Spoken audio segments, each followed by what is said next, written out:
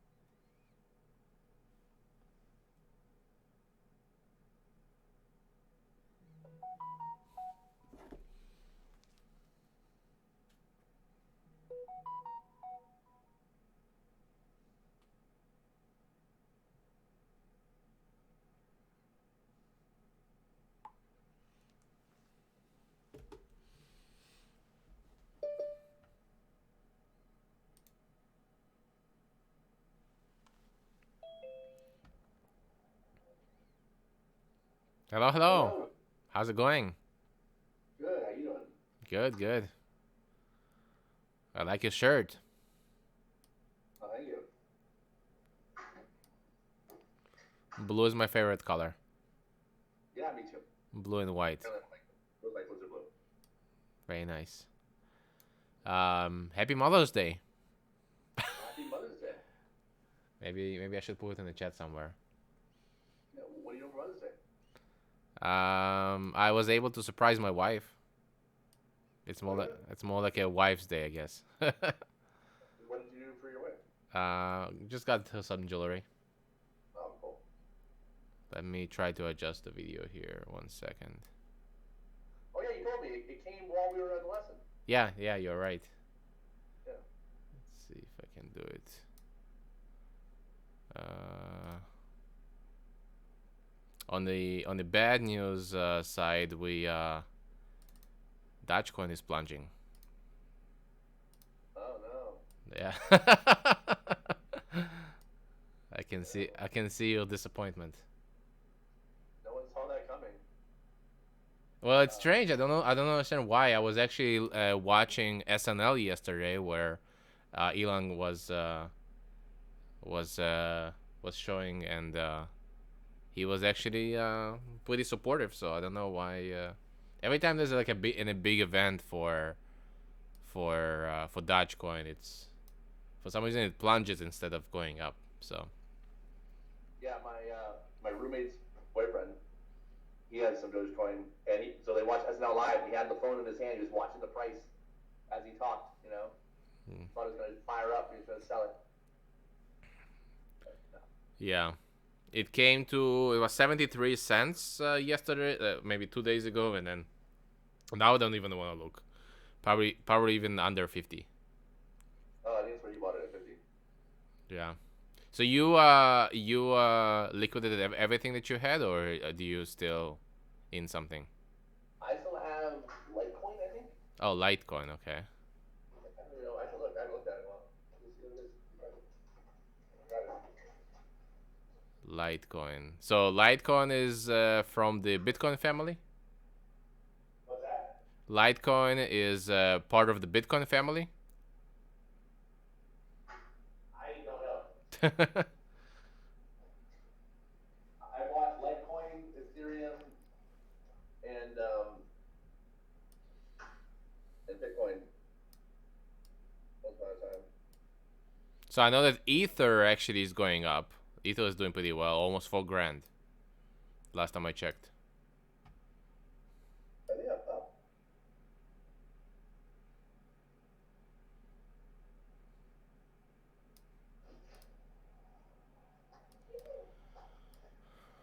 You see, I'm just letting you know because last time I let you know too late in the I game. know. I forget what I bought it at.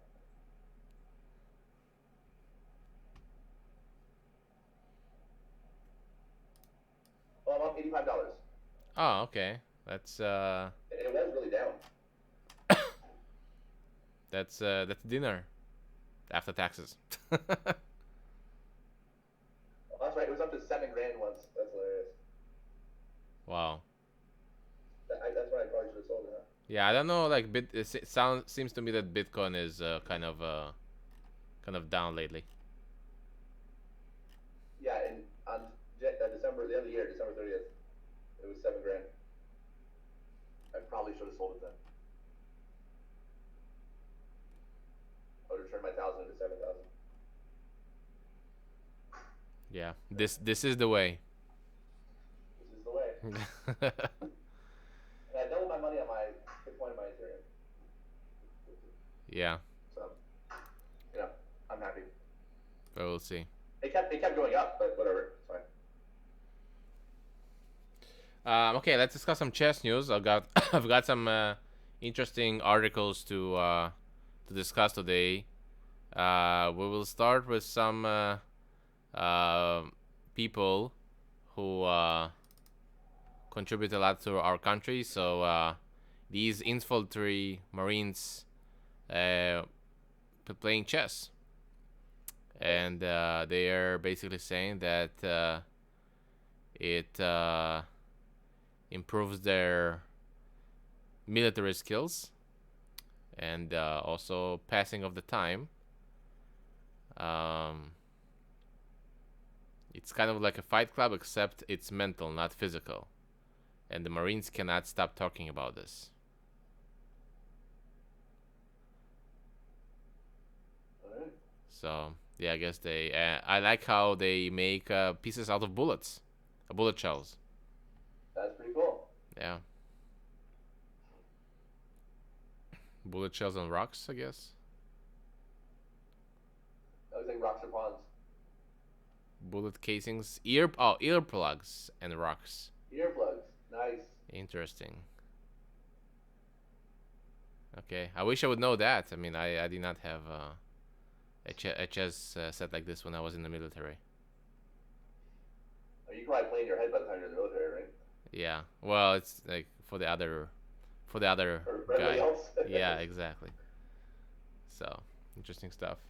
On the other hand, I have seen that was another post about this guy, Hector Gufaro. He's a former convict, which spent 7 years in prison. And he played chess in prison a lot. Chess saved his life in prison, and he's saving his life right now. He's gonna have a stream May 11 where he discusses how it saved his life in prison. Wow. Yeah, I mean, I guess you have lots of free time, no, in prison. So you either lift weights or I guess you can play chess. Oh, I guess you can do both, right? Gotta do both. Yeah. So very interesting. Never been to prison, but Me either. I do have some fun fact for you. We had one. I guess enough time passed where we can share this, and I doubt that anybody is going to listen. But we had a team member in on our college team where he got into jail for one night. Yeah, I don't think I can disclose who it was, but we were partying a lot back then, and that night I think he got into some kind of disagreement with one of the bouncers, and then he got into jail. So I think it ended kind of okay legally, but you never know. Those chess players, the troublemakers. Rowdy Munch.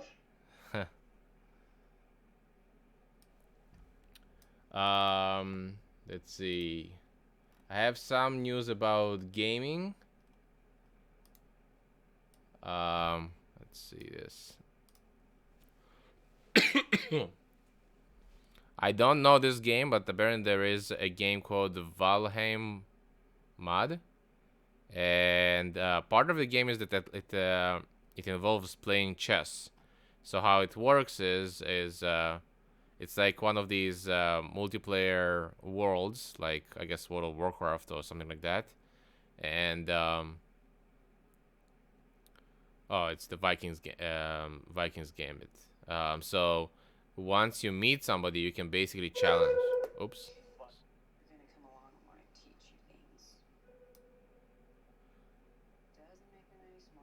So you can challenge basically somebody, and bam. So instead of just killing him from behind, you can basically play a chess game against them. That's funny. Guess what mate we're gonna see here? Yeah, I know what's happening. Yeah, the scholar's mate is coming. Game over. Oh, ouch. And we got a tombstone. That's funny. Yeah, so. Pretty Oh, good. okay, which reminds me, I was looking at our videos previously. I have to increase the volume. Oh, I tried to say something. Testing, testing, 1, 2. Okay. Um. Interesting. Audio input. Desktop audio.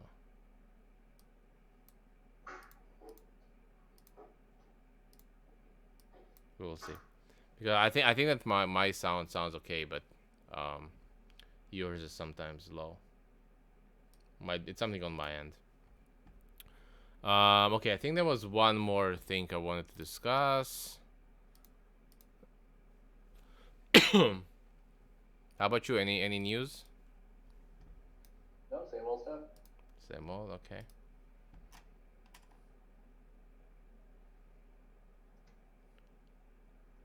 Let's see.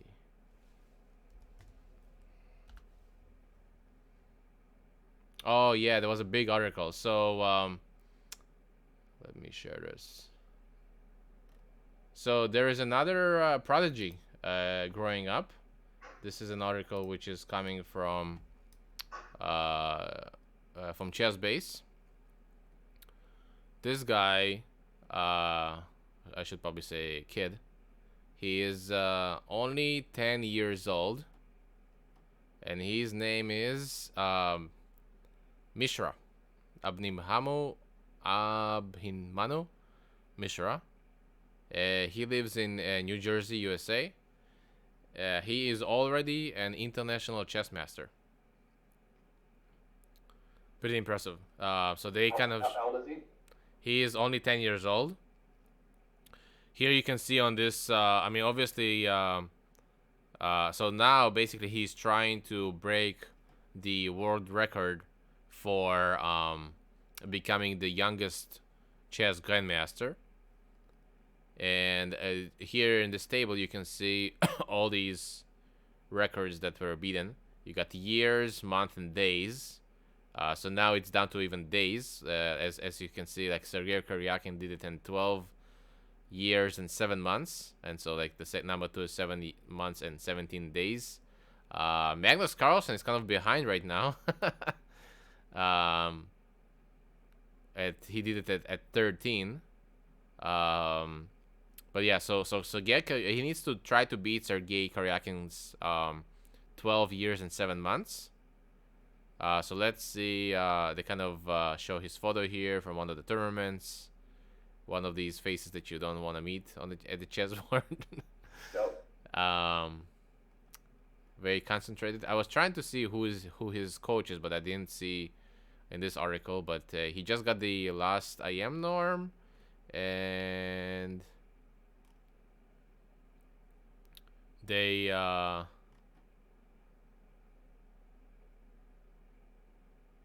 so he played in the St. Louis Chess Club. So what did they say? How old is he exactly? Okay, so he became the youngest national expert at the age of 7 years. Oh, he started to play. He started to play at 2.5. That's crazy, no? That's so wild. Yeah. My daughter is 2.5, and she. Yeah, what's he doing? She eats the pieces, and she likes to Yeah. rearrange them here behind me and lose them sometimes. So She that doesn't play the French defense. I mean sometimes You, you, if you haven't part of the Hydra. yeah.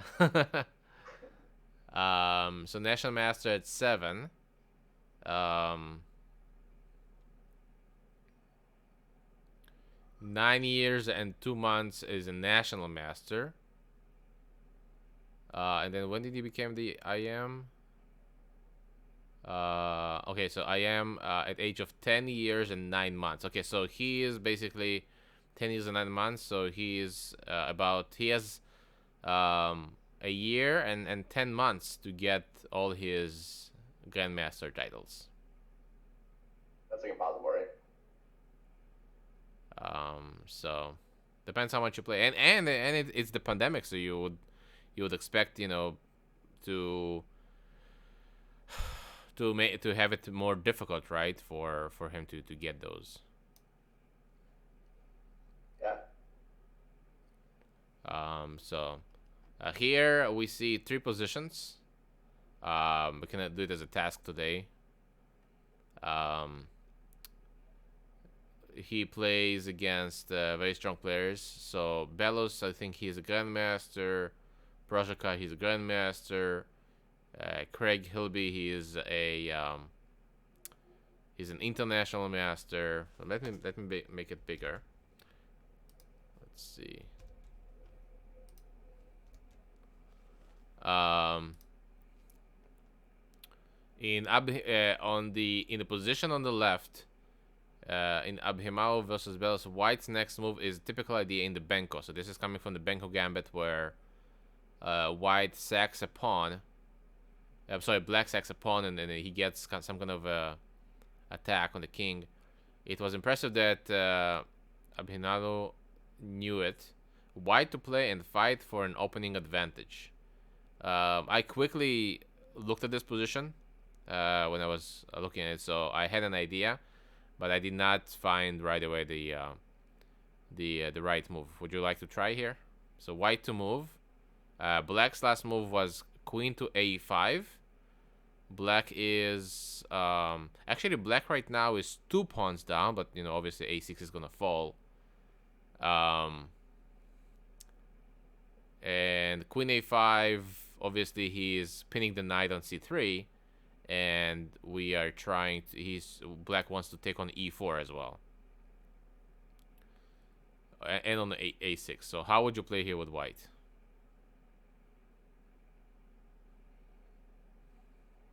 I probably just want to develop in castle, but I'm sure that's not right. Well, the usual move, I assume that you mean like knight f3 or knight e2, right? Knight f3 and then castle, yeah. So knight f3 is not as good here because it takes on e4, and if you castle, he's gonna take on c3. So he captures this pawn on e4, then he's gonna get the pawn on b2 technically, and then he also gonna take a6 at some point, right? Now, Yeah, maybe e5. e5. So does e5 work? Interesting. So e5 is the aggressive move. I guess he can also play knight e4 there. But e5, knight e4, knight e2, and bishop takes e5. Yeah, I think we're still losing a pawn here. The usual, what I was thinking in this position is that the usual idea in the Benko is so Black many times this bishop on c4 is still on f1, and Black takes on a6 with the pawn, and instead of taking the bishop, they take us on f1,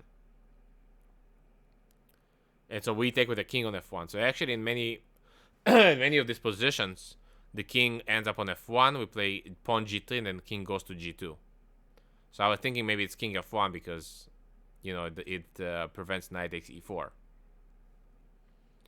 But it is not the move. The move that White played is probably I would probably never guess it, to be honest. I don't. They say it's very common. Is it bishop to d2? He played a move later. Yeah. This actually might be slightly interesting. So we don't play c4 right away, but this is how the Banco Gambit goes. Can you see the border key, or is it too small? I see it, yeah. So d4, knight f6, c4, c5. Obviously, d5 is what we have learned before, that we always have to push the pawn. And now b5.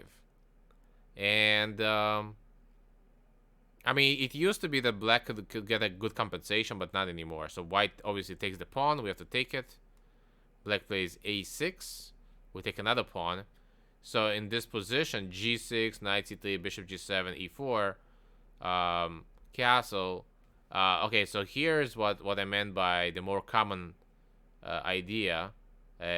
White plays at some point knight f3, then black captures on a6, and then I'm not sure what we are doing, but I'm just gonna make a random move, and then somehow we get to this position. So this is kind of the idea with king of f1. But he instead played bishop c4, queen a5. So we get to the position that we just analyzed, and the correct move is, drumroll, a7. Of course it is. A7 is the correct move, and they say that this is always an important move in this opening, because after rook takes a7 and bishop d2, the knight can often jump to b5. So this is what happens here, and then they're saying that the idea is knight b5, which is hitting the rook and the queen. So basically the rook is misplaced. So he went to win this game, I believe.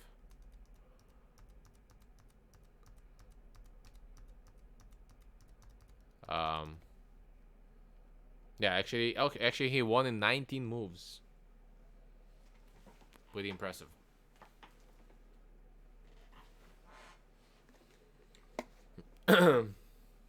Let's go try to guess the position number 2.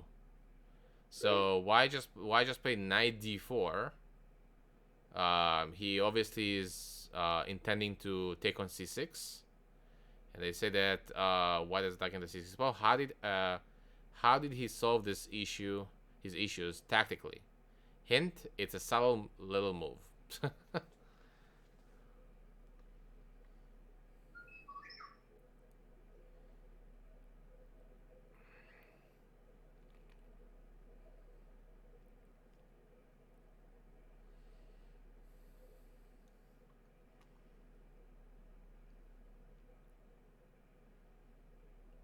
Pawn to h8. I mean, king to h8. It's definitely subtle. Yeah. What if it takes on c6 with the rook? Oh, I was worried about that.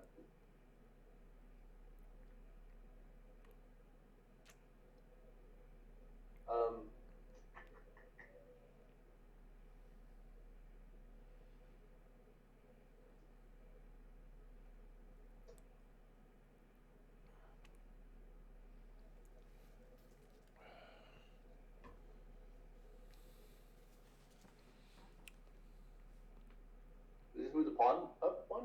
So that's what I was thinking. So we can either move the pawn to c5. That's right. I don't see. I mean, we don't really want to take the knight. I assume maybe white can play knight b5 or b4. I was also thinking about knight to c4. Knight c4 looks pretty good, because he has to exchange queens, and then we hit his bishop on d2. The only other move I think about is moving the queen somewhere, but I don't really see at the moment which way I should move the queen to. So, but that's kind of my candidate move: c5, knight c4, and moving the queen somewhere. So let's see if we were right. Here's the game.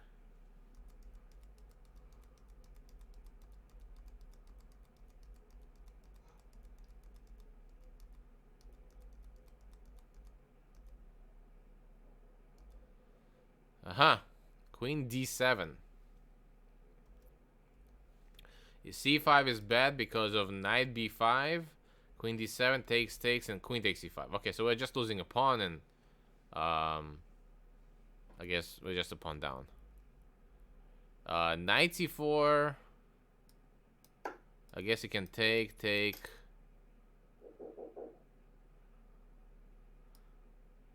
Oh. Who's knocking on my door? What's up, man? Okay. There's one in my backpack. I'll want it back.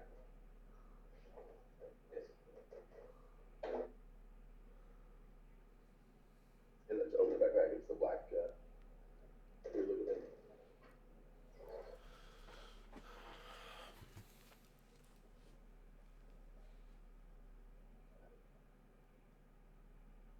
That's not your brother, right? That's not my brother. That's Ryan. Hey Ryan, how's it going? You alright? You're gonna get lessons with him one day. This is the guy who's supposed to do lessons with you that never signed up. Ah, okay. Find it. There's another one. Yeah, somewhere else. I know there's one there. Alright, we got another one. I'll show you where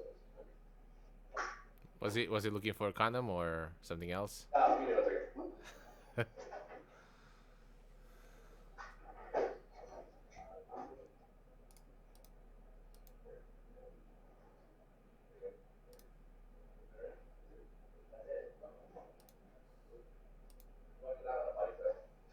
No, she's doing for her new floating thing for the pool. Okay, got it. I'll bring you right back. Alright, thanks. Alright. No problem.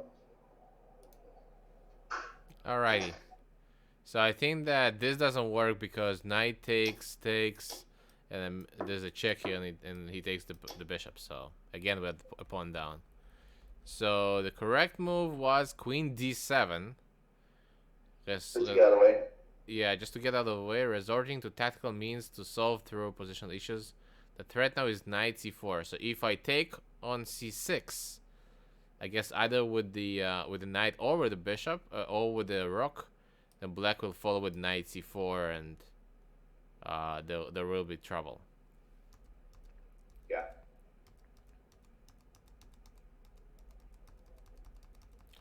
And he won this game. I mean, Peter. I know a bit about him, but and I met him a few times, but I don't know him personally. But I know that he's a strong grandmaster. So yeah, so he won this. Okay, let's go to number 3. Let's try to figure this out. This one is actually pretty interesting because I played it myself as white. This kind of a structure. It's coming from the ready. This is when you don't castle. So completely different than what I've shown before with a Hydra. But as you can see here, white gives up the center, but in return you have got this b2 bishop, and you push the pawns to the king, and you know, especially if you're playing a bullet game or a blitz game, it works pretty well. I mean, you know, this attack, and white castle is long, so okay, so here they say white has just pushed his pawn to h5. Obviously, he's trying to break through and going after the black's king. How did black respond to this?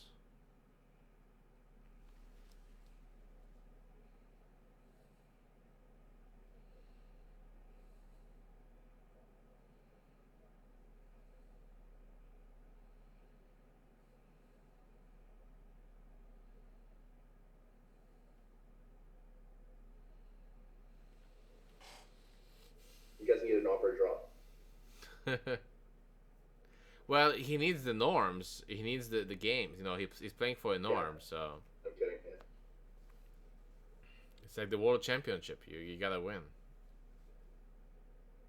Well, I guess in some cases the draw is enough, so you can offer a draw. Better than losing, right? Yeah.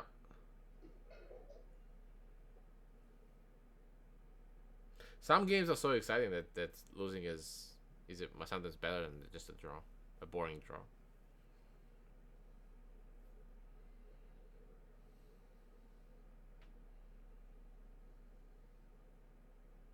I feel like he pushes a pawn. I mean, Which one? Very diplomatic. Yeah, I mean it's G or H, you know, or maybe F2, I guess.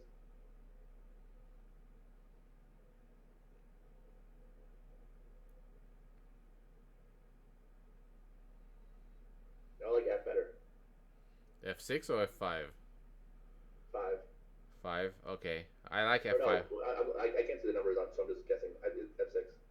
F6. F6. So why do you push that pawn? It's defended by everything. It just stops the forward progress. You know, I guess you can still go up, right? Yeah. The rule is right there. So the rule is usually when you're getting attacked, the rule for these three pawns next to the king is Don't hit them. not to touch them, Don't fuck with them. Yeah. right? Because it does not create a hook. Sometimes though, yes, we would push like let's say the move G6 to stop the advancement and opening the files. F6.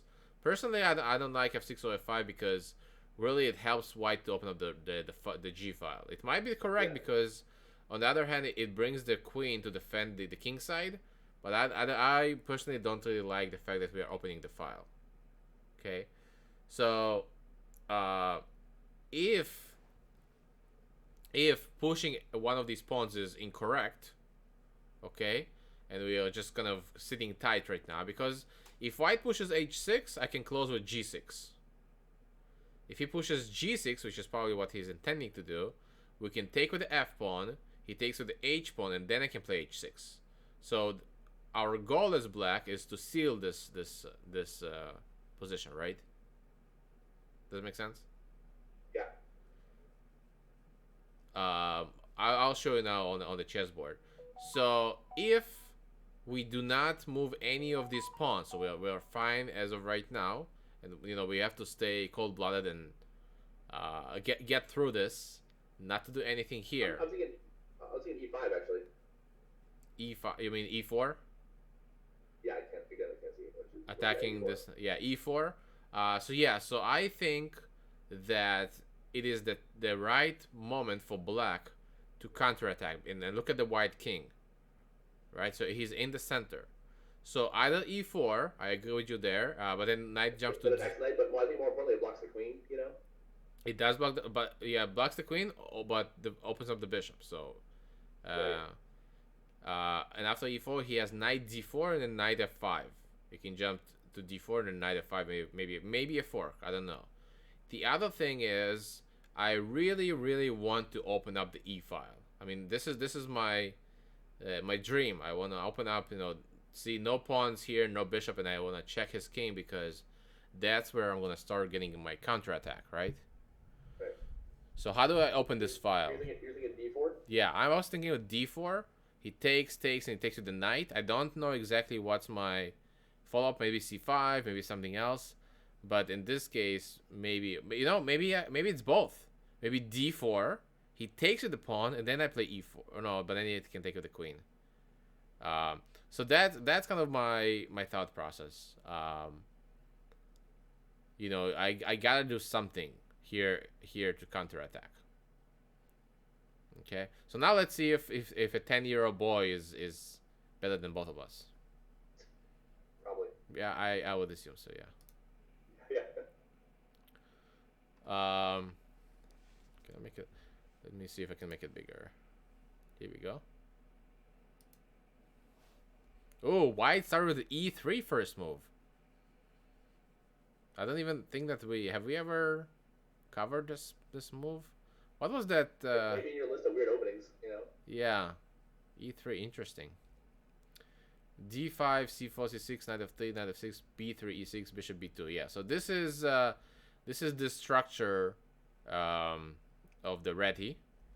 And now queen C2, bishop B7. Okay, so in this position, the most obvious move for white is to castle, and then we kind of transpose to the regular queen's gambit. But here white plays rook G1. White can also, by the way, play G4. I have played this move myself sometimes. So we are basically sacking a pawn if he takes it, and then the rook G1, and we have got some pressure on the G file.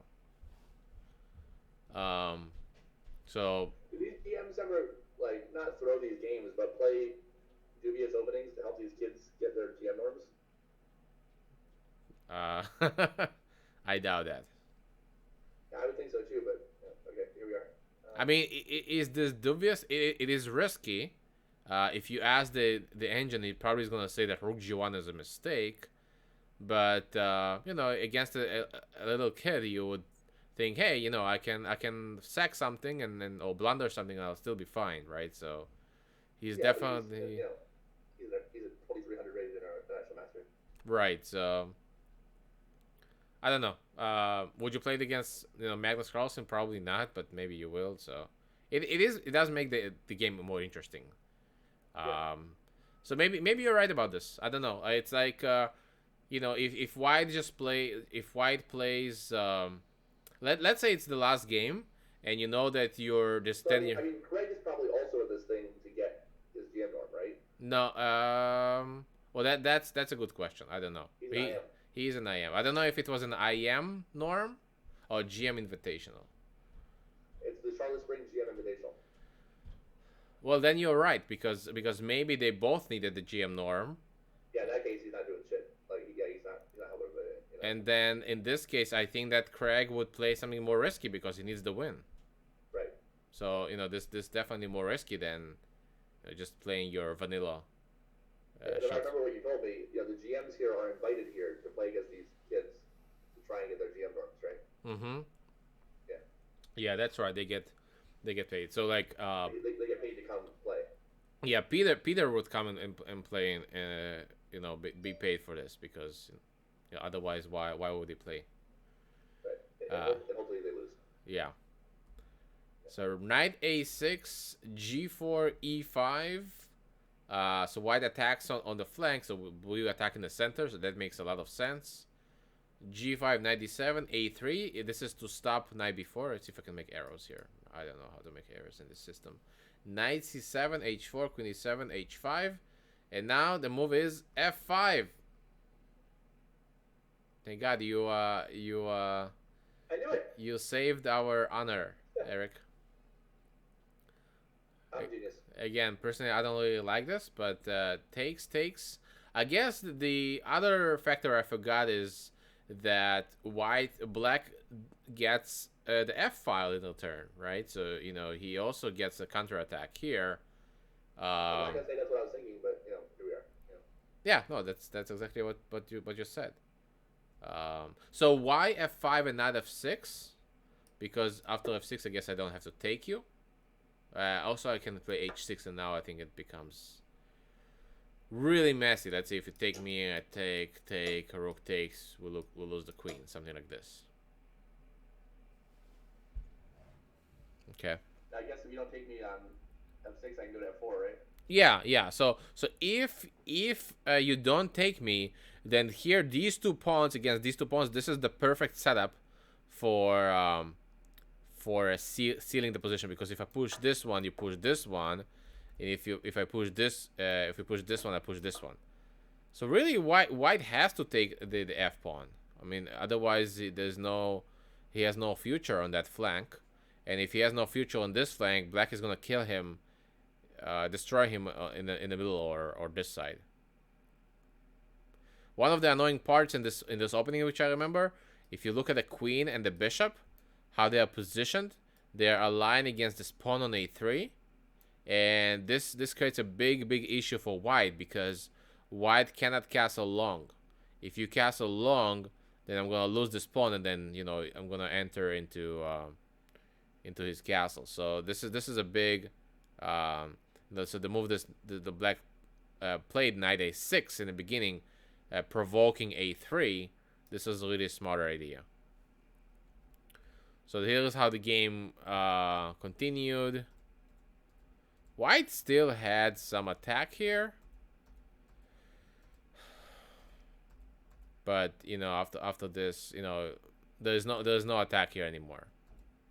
He's just a pawn down, and black has the center. White still is gonna try something, and he's trying, but as long as black keeps his cool and does not blunder, yeah, it's bad. So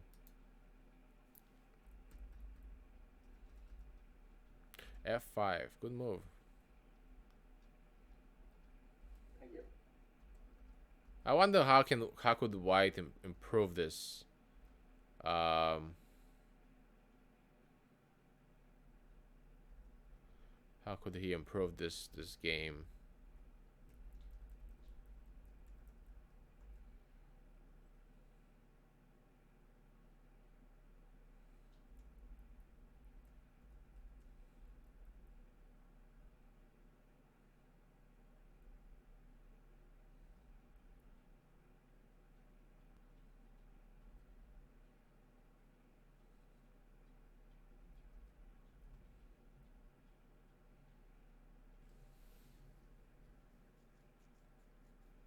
Maybe here I have to castle long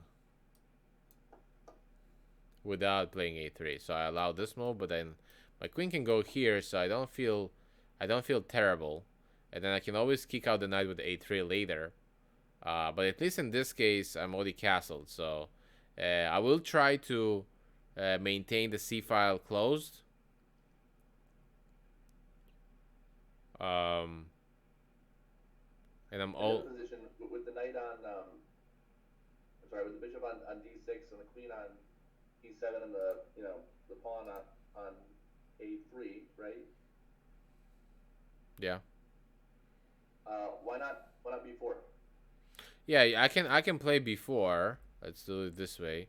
But before is another hook. Again, I'm pushing the pawns from the king. Yeah, He can yeah, play a5. He can play. This is even worse for me because he's gonna play a5, and now, right. yeah, I'm gonna have to open it up completely. Yeah, But it's a good question. Sometimes you can try to overextend, but after I play before, basically I'm saying my king is gonna stay in the middle forever. right, right. It's not gonna help you castle. So this is a good example of, Eric, if somebody is attacking you on the flank again, you have to punch them in the middle.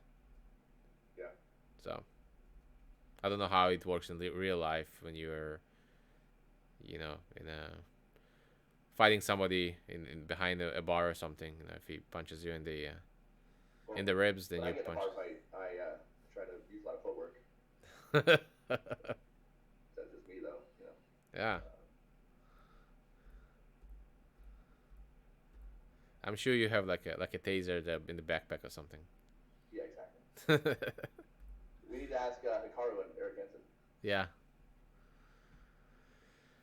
Um. All right. Let me stop the share. Actually, I never.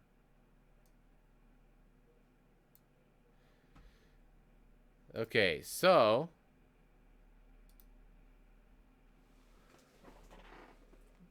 let's dive back. How is your any luck with these things? No, With the openings that we have covered? I didn't see it. Yeah, I didn't play a whole lot either, but yeah, I didn't run into the correct opening.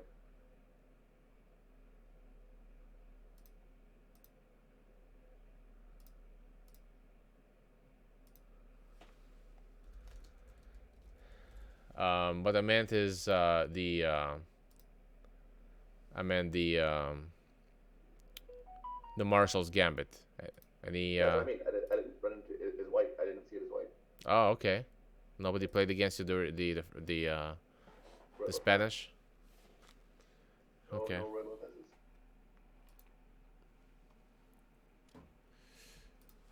Uh, I think I was white a lot. Weird. okay. Let me open it up.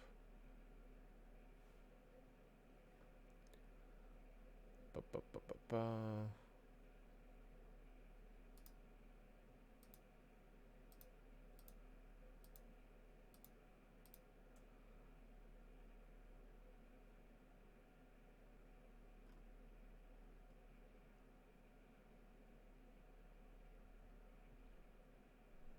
Do you see any kind of other opening?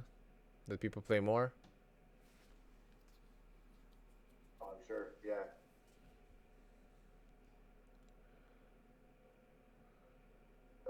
You get your standard Fortnite thing, but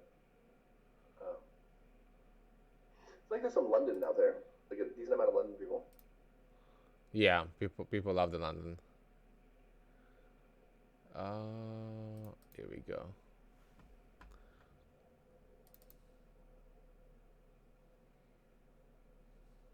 A lot of Scotch. Have we covered the Scotch?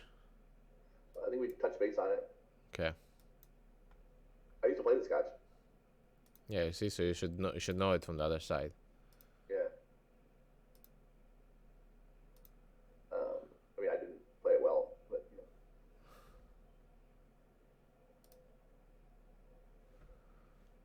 a lot of Queen's Gambits.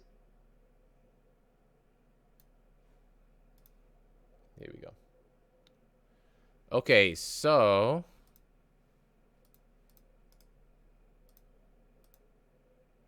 let's see if you can recall our first few moves. I will give it black. Okay, I'll start with E4. I was gonna say it's backwards. So hold on, let me actually open up Zoom because I've been using it there. I've had you up on Twitch the whole time. Oh, okay. Just switch over, so it's in real time. Oh, there we go. That's better. E5. Knight F3. Knight C6. Bishop B5. You should over here, right? A6. That's right. Bishop A4.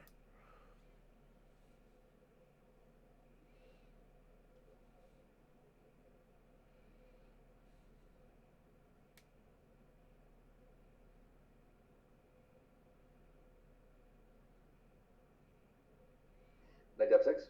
Good job. Castle.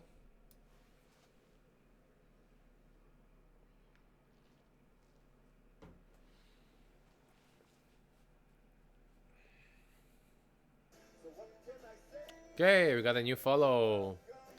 M2M Chess, thanks for following.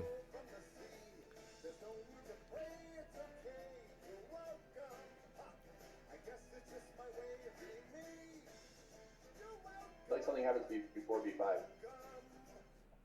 Yeah, you're right. Is it E7? Bishop E7? That's correct, yeah. So bishop E7, so now you really want to take the pawn on E4. Right, and the rook comes, right? Rook E1. Now I castle? No. Or now I B5? B5, yeah. Yeah, there you go. Bishop B3, now you castle. Okay, so this is the first 7 moves. Yep. And now, after these, white plays C3. This is the main line that we started to discuss last time. So what do we do now? How do we give away this pawn?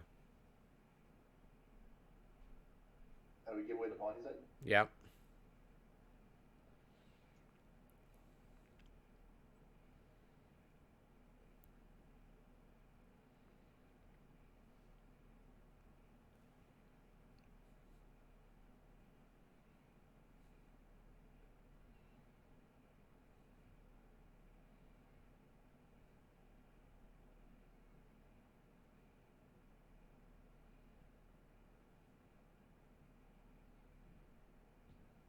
I trade the knight somehow.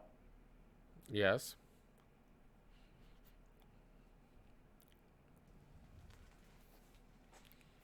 You know, I have a pretty bad memory. What I usually remember is images. So like a photographic memory. So I usually remember not just a move, but I remember like the ending position, and I try to figure out how did they get there. So I'm guessing that you're using the same way.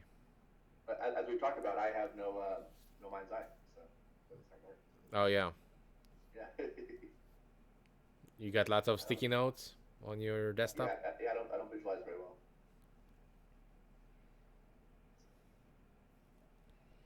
Was it D5?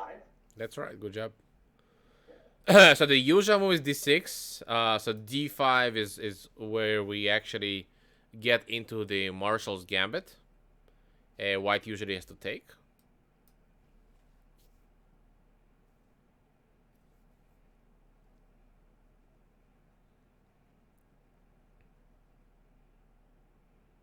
Take with the knight. That's right.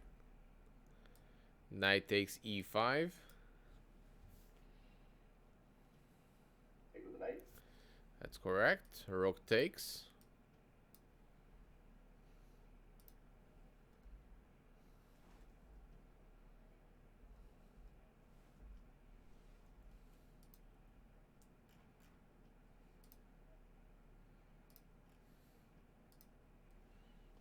Remember, it's not knight b7 because that's what I wanted to do. Bishop e7. Yeah, that's right. That's what I do. Yeah.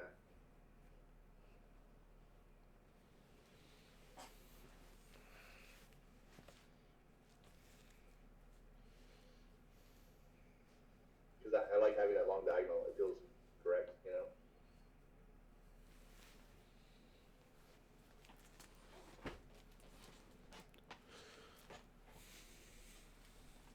Now c6. So that's the correct move. C6 is? Okay. Yeah. So we on more of a passive way defending the knight. Pawn c6, and then he plays d4. Okay, what do we do then?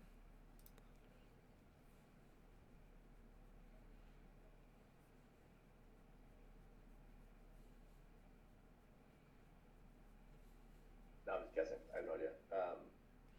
So what kind of a trap? What have we done? I mean, most of our lesson last time we kind of focused on this variation, and the first thing that we covered is one of the traps.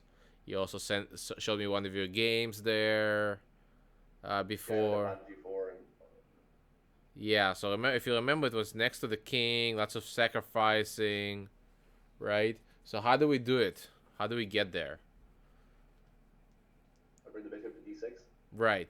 So bishop Well, I think d6. that just felt like a good move. I didn't remember it. But Yeah, sometimes intuition is also key. So bishop d6, for me it would be that we're trying to get the queen in here. So we're hitting the rook and getting the bishop out of the way. Rook e1, and now queen h4. And that's kind of what we focused. We said that here white can defend two ways, h3 or g3. h3 loses right away because of bishop takes, pawn takes, queen takes, and then we strike with bishop h2. my favorite thing, yeah. Instead, white plays the move g3. And here we go to h3. So this is the basic 14 moves that I remember next you really want to put the bishop on g4, but that's wrong. sometimes so white usually plays here the move bishop to e3. Bishop to e3, and then here we start kind of exploring all these different things that we can play. Okay, so what I showed you last time is actually bishop g4. This is the main line. Okay, queen to d3, and now rook a to e8. So if you forget what to do, bishop g4 is actually not so bad. Okay, bishop g4, rook a e8, knight d2, and then you kind of double up the rooks here. We said that here black has to go back to h5 to defend the knight, because if we don't, if we go rook f e8, then he's gonna take, and grab this pawn on b5, and then. So this is one way basically to play this. Okay, this is all I want you. And again, I'm not gonna go into too much details. If you get to this position with black, I'm pretty comfortable for you to continue on your own. Okay, I don't want you to memorize on this level lots of variations. But I want to show you some more ambitious plans for black. Okay, so the first one is coming in this point after bishop g4, instead of playing with rook a e8, black can play the move f5. Black can play the move f5. Now, at first, it looks kind of sketchy because we open up this diagonal over the king. We pin the knight here and exposing the king, but it's not too bad because we don't really want to move the knight right away. It is defended. It's gonna be not so easy for white to get an attacker for this knight. Maybe he has to play c4, then knight c3 to get to him. So it's not too bad. So obviously the idea of f5 is to do what? F4. F4, yeah. So we want to push it, and f4. If he takes, I take with the bishop. He cannot retake with the bishop because his queen is going to be hanging. So actually, if white plays here, let's say white plays here a4, we play f4 takes. This is lost for white. This is simply lost. I mean, I'm just gonna free the board. You will see that the white king is completely exposed. Make sense? Yeah. So in bishop f3 you can't stop, right? Yeah, or queen h2, bishop h2. That's also the checkmate. Oh yeah, of course. Bishop f3. I mean, they'll work. Yeah. So let's talk about defense. It's good to know these positions for both colors because, if you kind of understand why white did those moves, like we discussed queen d3, that the queen wants to come to f1. We discussed why we started the bishop here. If we kind of understand why white is making these moves, and you in your games you meet other moves, different moves, then you're gonna be like, okay, well this moves we haven't studied, it's probably not as good. So that's why I want us to go also for look at the other side. So after f5, black just played the move f5. How would we defend against this idea of f4?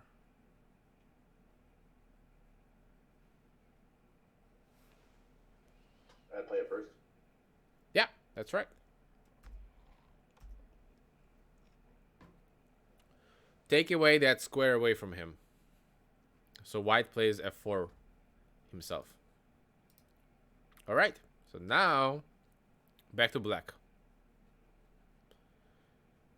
What should we do here? So the easiest move is again rook a e8. Nothing wrong with this move. I believe so, but there is more of a much more aggressive move, much more aggressive plan here.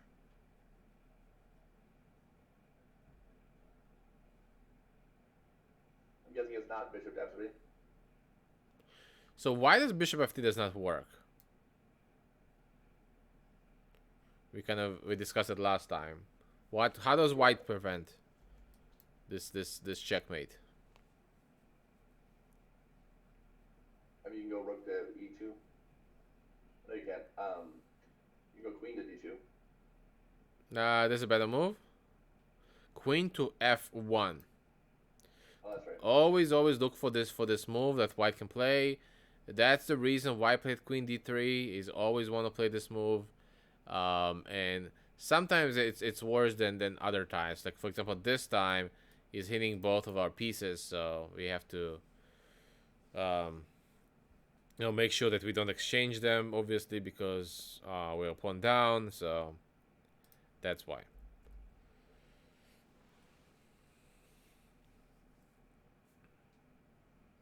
So a better move. Yeah, so black wants to open up the f file. He wants to. I still have this dream in my mind to push f4 and. Is it g5? G5. Yes, good job. All in. We have to be all in because that's what we are playing here for. This is the system. We are pawn down. All of our pieces kind of looking on the king side right now. In this space, okay, I have to Even with the king, with the rook coming. This is it. We cannot play positionally here. We cannot play slow here. Well, I guess we can, but the other way is to go all in. G5. White, if white takes, then it allows us to play f4, and then we're good to go. So now, white being scared, he has to play this move queen to f1. He has to bring the queen back. Black does not exchange. I mean, it's really rare that we will exchange queens in this system. The only time that we would exchange queens is that if we get a pawn back somehow. So just an example, let's say our king would have been on h8 already. I could have taken the bishop, taken, and then take, and maybe somehow take, and then take the pawn back. So this would be fine because I exchanged the queens, but then I get the pawn back. In this case, we don't. So queen h5 is our usual move, and now white plays the move knight d2. So far, makes sense? Yep. Knight d2, rook a to e8. Okay, so it's still good for us to bring the rook into the game, and now queen g2. Queen g2, white is hitting the bishop, the knight on d5. We take on f4. Takes, check, king g7. I don't remember this, but there is a reason here why we play king g7 versus king h8. I just don't remember it from the top of my head. This is move number 22. So forgot that part. So king g7. It will come back to me soon. Bishop takes here. Bishop takes, and now we play king g8. The plan is, I know, the plan is to play rook g8 and attack on this side. So let's try to figure out together. Why not king h8? What's the difference? Well, after the bishop's take, right? This, okay. Now you can go to queen e. Oh, the bishop. No, the rook's in the way. You meant this move? Yeah, but. So what has changed in the position? So take, they play king g7 and not king h8. So first thing I see is that my rook on f8 is less defended, maybe, even though it's you know. You waste a move. Like you have to go button there anyways. That's true.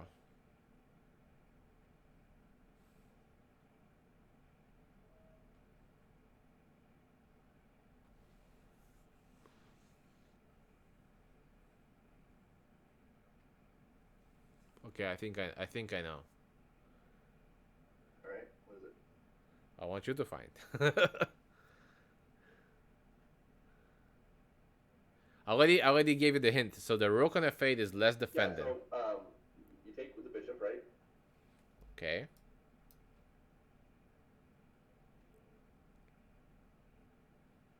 Bishop takes back. Rook e8. Takes, I guess. Back with the rook.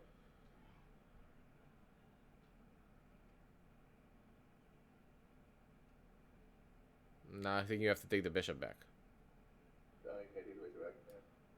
So I mean, we could have gotten the same position. The king could have been here. Now black can just play rook g8. I wonder if there's a perpetual check here. Check. Here, check. Yes, there's a perpetual check, but this is not the point. I mean, I don't really have to play rook g8. But I mean, we could have gotten this position with the king on g7 or h8. h8 is probably better. Agreed. You waste a move going back. Right. So why is king h8 bad? This looked fine.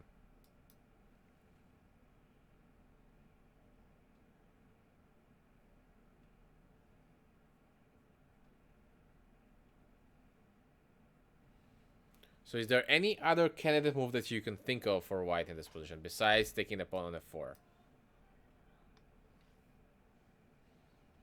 I take the bishop on e6. That's correct. All right, so it's a capture. So take on d6. What would black do?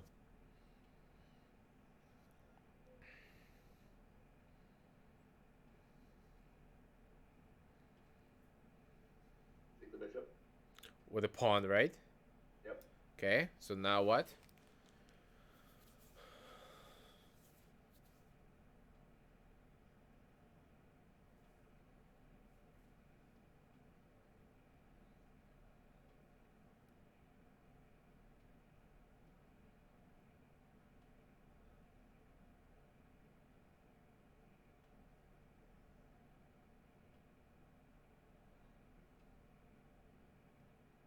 I can move that knight.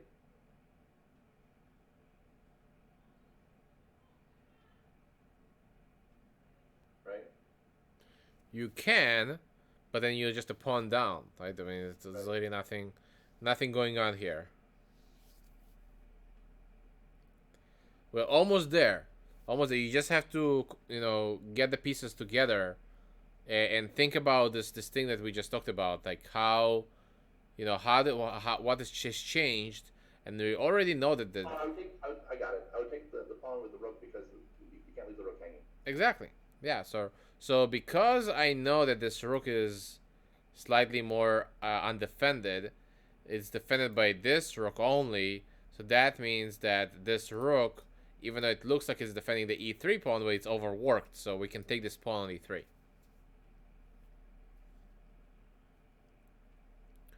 So now we can The rook and then you check. And, I mean, it's bad now. yeah. If he takes this, it's checkmate. Yeah, it's done. Yeah. So you cannot take the rook. So now, looking at this position, this definitely looks worse for black. I mean, now f4 is probably not. Black can probably not play this move because I can take, and he can take there here. So you can't play f4. You cannot take on e3. And the difference is that white's pawn is not on f4, so black does not have the same counterplay on the g file. And white's next move is going to be very easy. Just bring the other rook somewhere, and he's fine. Right. So this is why, these positions are so theoretically intense, because if you know that you're going for this line, for example, which looks, there are a lot of um, a lot of um, a lot of positions where white can make a big blunder. Like pretty much, it's almost all. I'm showing you the best of the best lines because I just, if white makes any other move, he blunders. But you have to understand that, if white does know this variation and you are going for this, and we are forgetting that in this position, instead of king h8, we have to play king g7, which makes way less sense, then we will blunder. So your reward is higher, but your risk is also higher. I mean, nothing. That's how life works, right? Yep. So the move is king g7 first. So now takes. So now he cannot take the bishop because this rook is going to be defended by the king. So takes, and now king h8 with the idea of rook g8. Interesting life. If you look, this is one of these positions. If I give to the engine to evaluate, it's gonna be all equal, even though black is down 2 pawns, 2 very healthy pawns, I might say, d4 and c3. Very, very healthy pawns, because I think that in one of the variations there should be some kind of a perpetual move, perpetual check, or repetition of moves. Let me see. Yeah, you see this? All these lines are all zeros here. And he says the position is equal. A white can play a rook e6. White can play king h1. White can play queen c6. And it can probably play a bunch of other moves. But at the end of the day, black's approach is similar. We can play a rook g8. And then attack the white king.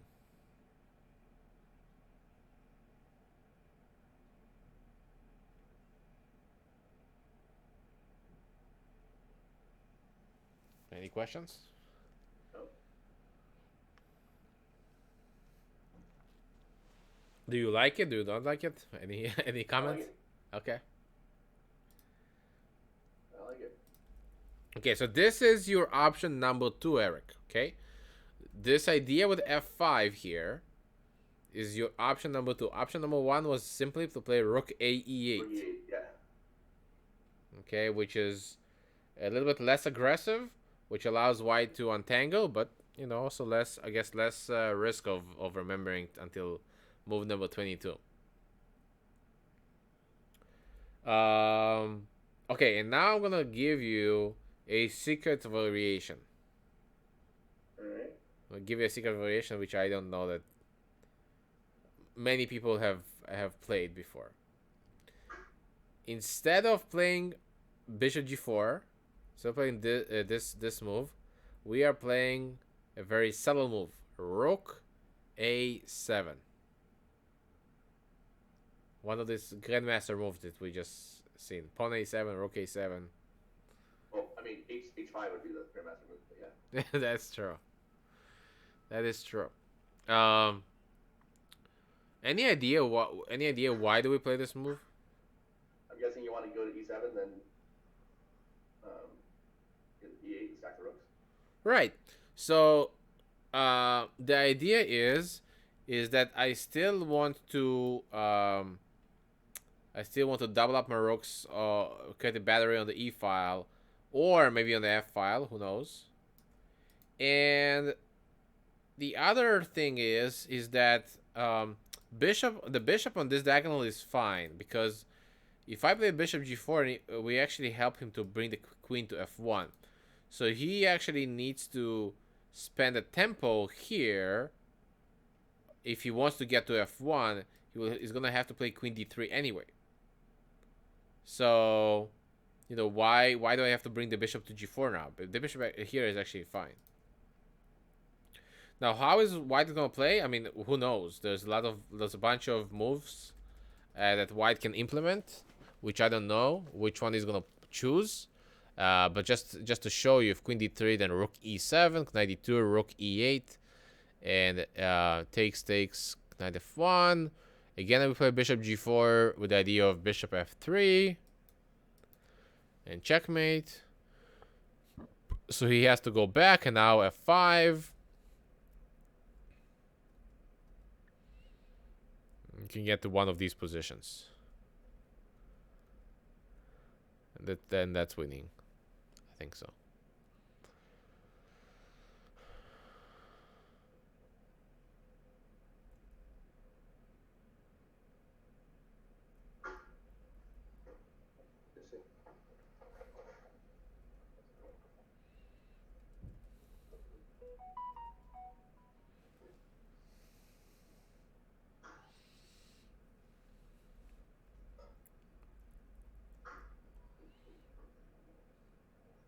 Yeah, so rook a7 is a really deep move for black.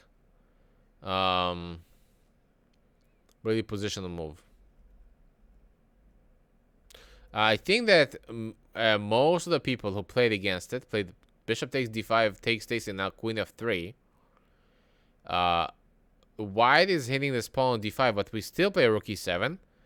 He cannot take the pawn here because of why white cannot take the pawn here. Any idea? I'm guessing because of bishop g4. Bishop g4. Can't get back. Bishop g4 is okay, but it's not the ace.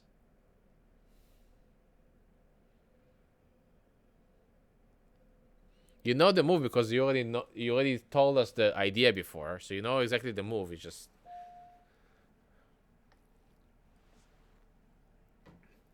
have to think about what changing in position.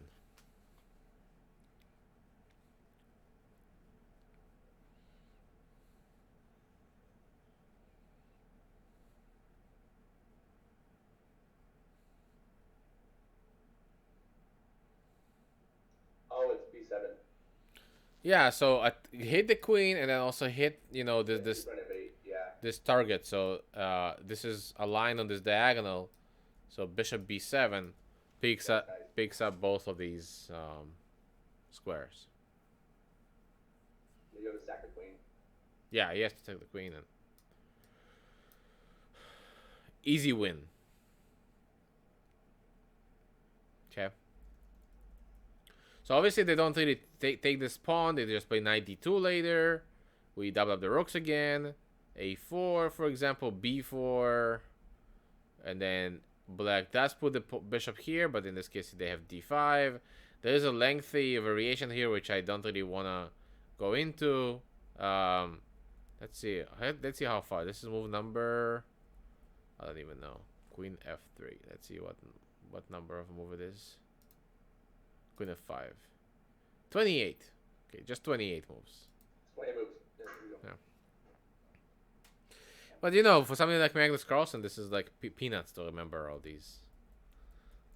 Piece of cake. I don't know if you know this, but I'm not him. Yeah, so that's why I'm telling you not to memorize variations exactly.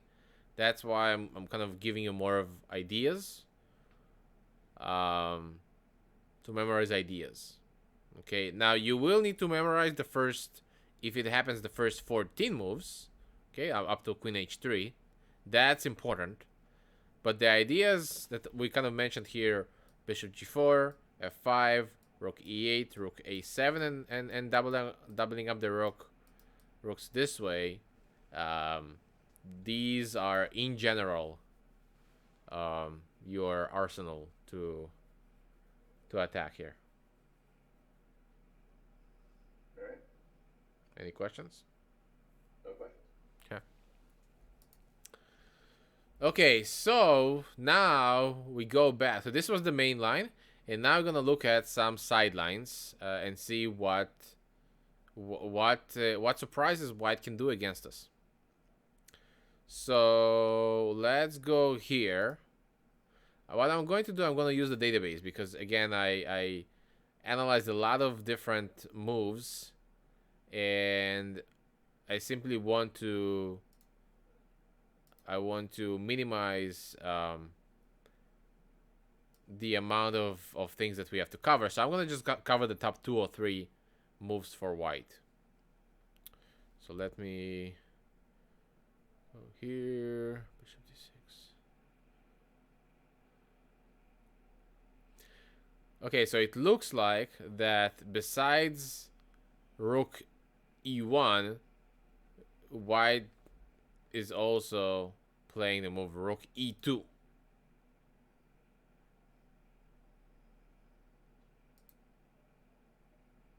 Huh, interesting.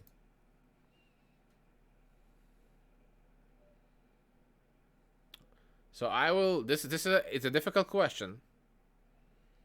But why would White play the move Rook e2 instead of Rook e1? So we used to play Rook e1, and now Rook e2.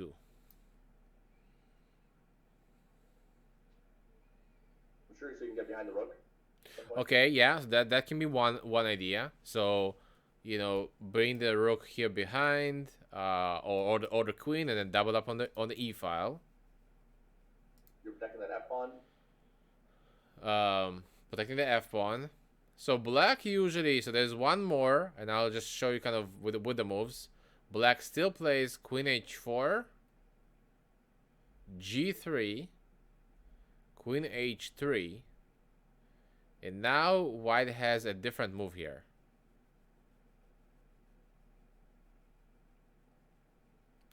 So in previously, White played Bishop e3. Looked at this move with this idea. I mean, now d4 is going to be so terrible. So the problem is, for example, if White plays Bishop e3 on 92, is that just Bishop g4 is... Bishop g4 is awful. Right. So what does White do here? f3? F3 is possible. I don't know if we can sack f3. Actually, is this the move? F3 has been played before. Actually, 92 is still okay. 92 is the main move. I was thinking about Queen F1 is the main reason for this. Move the queen out of the way. Yeah. Right, because eventually that's why it's planned to put the queen on F1, because he wants to cover all these light squares. We go back and now F3 and now bishop F5. So the downside is that F3. I guess it somehow covers the light squares, but it also kind of weakens the king more. Isn't there a fork here? G4. Yeah. I doubt that this is good. G4. Well, I have two solutions here. I can either sack, or I can play Queen G6. Oh yeah. And with the idea of here or here. Oh, you take the knight for free too. Oh yes, I forgot about it. This is like this is away from my. This is not in my area of focusing right now. So I'm focused on the king. Just get the king. I hear you, but I mean, there's a free knight. That's true. It's just, You're right. not free. Yeah, no, it's free. Totally free. Yeah. So there's your Queen F2, Queen G6 still. And H5. And then H4. Yeah. So this position really has we can't say that black has a lot of compensation because first of all I have two bishops. The white king is much more exposed than the black king. And I want to mention here also in regards to the pawn structure, when we get this kind of a pawn structure, this is much better for black than it used to be, even though we have this isolated pawn, because I feel like for white to create a passed pawn is going to be super, super difficult. Like, how does white is going to prove, even in the end game, even if I exchange the queens and the rooks, maybe one more minor piece, how does white make a passed pawn? Because usually, somehow we have to play b3 and c4, but now this square is going to be so much more protected. Compared to if the pawn would be here, well, even now, his b3 and c4 is pretty difficult even then because of the bishop. But I'm just saying, if we exchange if we exchange all the pieces, so if we just look at the pawn end game, so if I take off all these pieces away, b3 c4 would be much easier to play if the pawn would be on c6. Right. So this is just some very subtle things to think about, because yes, I mean right now we are not exactly thinking about the pawn end game, but we will. Every kind of an exchange that might occur in such positions, we will have to take this into account. So for example, if I exchange my my heavy pieces, knight and this bishop, I'm going to end up with these two bishops, which are going to be opposite color bishops. And even though I'm a pawn down, it's a complete draw. Yeah.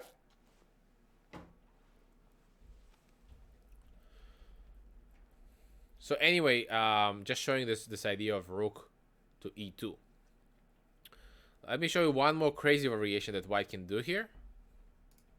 And I think that the move for black is crazy, but I'm trying to remember it.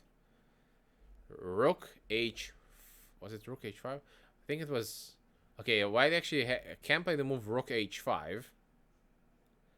On first sight, I think it looks good for white, right? Because white is trying to keep the rook active. But the main point is that he covers this square from the queen. So now we cannot play this move, right? We cannot play this move. Cannot play this move. Queen h4. So what should we do here instead? Any ideas?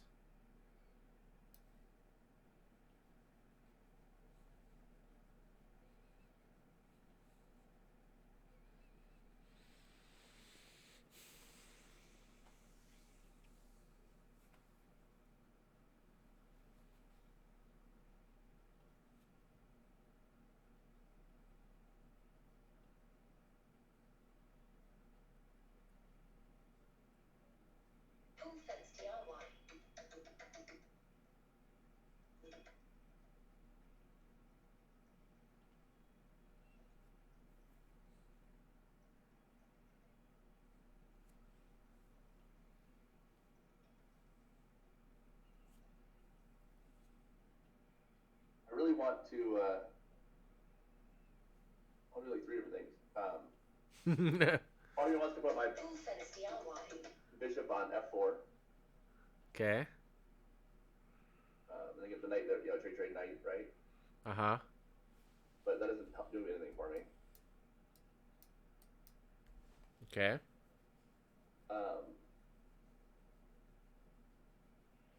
I'll put the queen on f6. I don't know why. Do. I really want to put my rook on e8.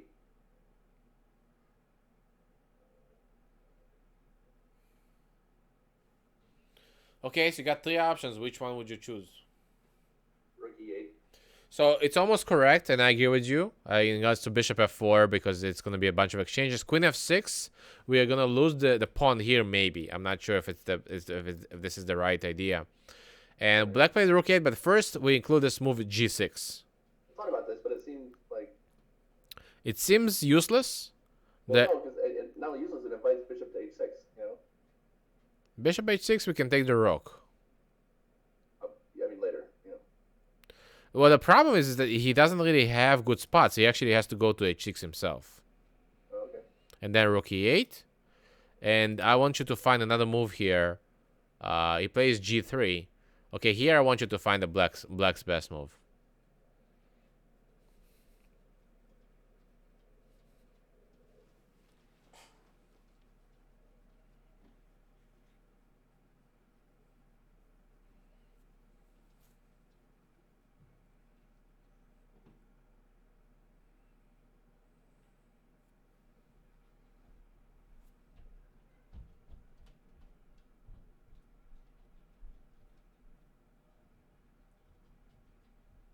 Is it queen f6? No. Not a bad move. I would play it if there's no like tactical ideas here. Queen f6 is a good developing move.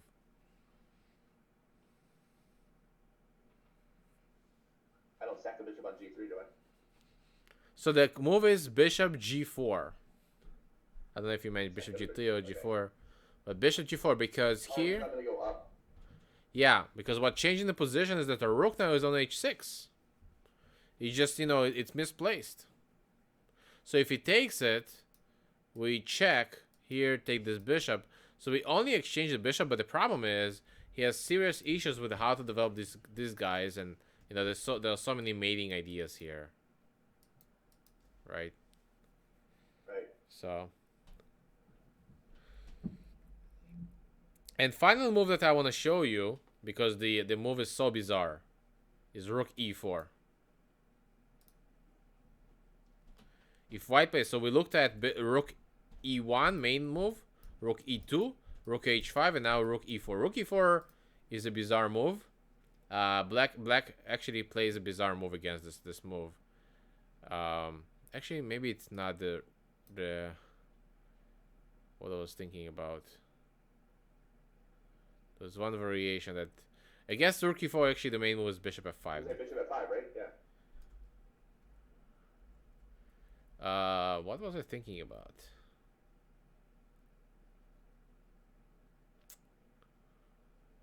I think it's in a different variation. Can't remember which one right now.